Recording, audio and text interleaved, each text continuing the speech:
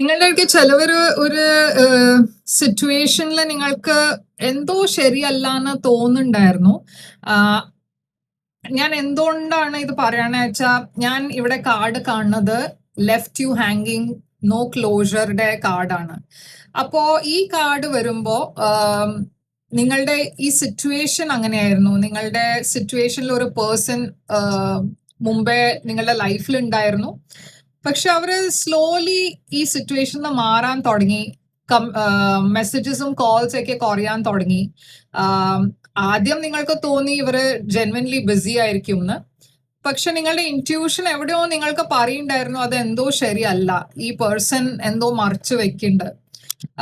ഞാൻ കാണുന്നത് അവര് പിന്നെ നിങ്ങളുടെ മെസ്സേജസിനൊക്കെ റിപ്ലൈ ചെയ്യാനും നിർത്തി.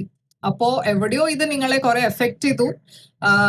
ഞാൻ പറഞ്ഞ മാതിരി നിങ്ങൾ ആദ്യം നിങ്ങളുടെ തന്നെ എന്തെങ്കിലും മിസ്റ്റേക്ക് ഉണ്ടായോ എന്ന് വിചാരിച്ചു. പക്ഷെ നിങ്ങൾ പിന്നെ റിയലൈസ് ചെയ്യാൻ തുടങ്ങി അത് നിങ്ങൾ ആക്ച്വലി അങ്ങനെ ഒന്നും ചെയ്തില്ല. ഈ പേഴ്സൺ ഇങ്ങനെ ബിഹേവ് ചെയ്യാൻ ഇങ്ങനത്തെ ഒരു ബിഹേവിയർ നിങ്ങൾ ഒട്ടും എക്സ്പെക്ട് ചെയ്തില്ല. ബട്ട് നിങ്ങളുടെ ഭാഗത്തുനിന്നും അങ്ങനെ ഒന്നും ഉണ്ടായില്ല. അപ്പോ സ്ലോലി ഞാൻ കാണുന്നത് ഇവിടെ നിങ്ങൾ റിയലൈസ് ചെയ്യാൻ തുടങ്ങി അത് നിങ്ങളുടെ ഇൻറ്റ്യൂഷൻ ശരിയായിരുന്നു. ഈ പേഴ്സൺ നിങ്ങളുടെ എനർജി ഡിസേർവ് ചെയ്യില്ല.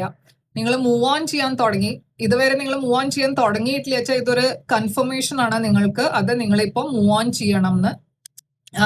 ഞാൻ കാണുന്നത് നിങ്ങൾ ഹീലിംഗ്, മെഡിറ്റേഷൻ, ഫെയ്ത്ത് ഇതൊക്കെ കാർഡ്സ് വന്നിരിക്കണു. അപ്പൊ നിങ്ങൾ റൈറ്റ് ട്രാക്കിലാണ്. ഓക്കെ, അത് കണ്ടിന്യൂ ചെയ്തുകൊണ്ടിരിക്കുക, ഹീൽ ചെയ്തുകൊണ്ടിരിക്കുക, മുമ്പോട്ട് പോവുക. ഈ പേഴ്സൺ ഒട്ടും നിങ്ങളുടെ സമയം, എനർജി ഡിസേർവ് ചെയ്യില്ല. ആൻഡ് ഇതാണ് നിങ്ങളുടെ സിറ്റുവേഷൻ. ഇത് നിങ്ങൾക്കൊരു കൺഫർമേഷൻ ആണ് അത് നിങ്ങൾ റൈറ്റ് ട്രാക്കിലാണെന്ന്. അപ്പോ കമന്റ്സിൽ യെസ് എന്ന് എഴുതുക, ഐ ക്ലെയിം എന്ന് എഴുതുക. ഈ വീഡിയോനെ ലൈക്ക്, ഷെയർ, സബ്സ്ക്രൈബ് ചെയ്യുക. ഞാൻ തിരിച്ചു വരും വേറൊരു റീഡിംഗ് കൊണ്ടുവന്ന്. അതുവരെ ടേക്ക് കെയർ.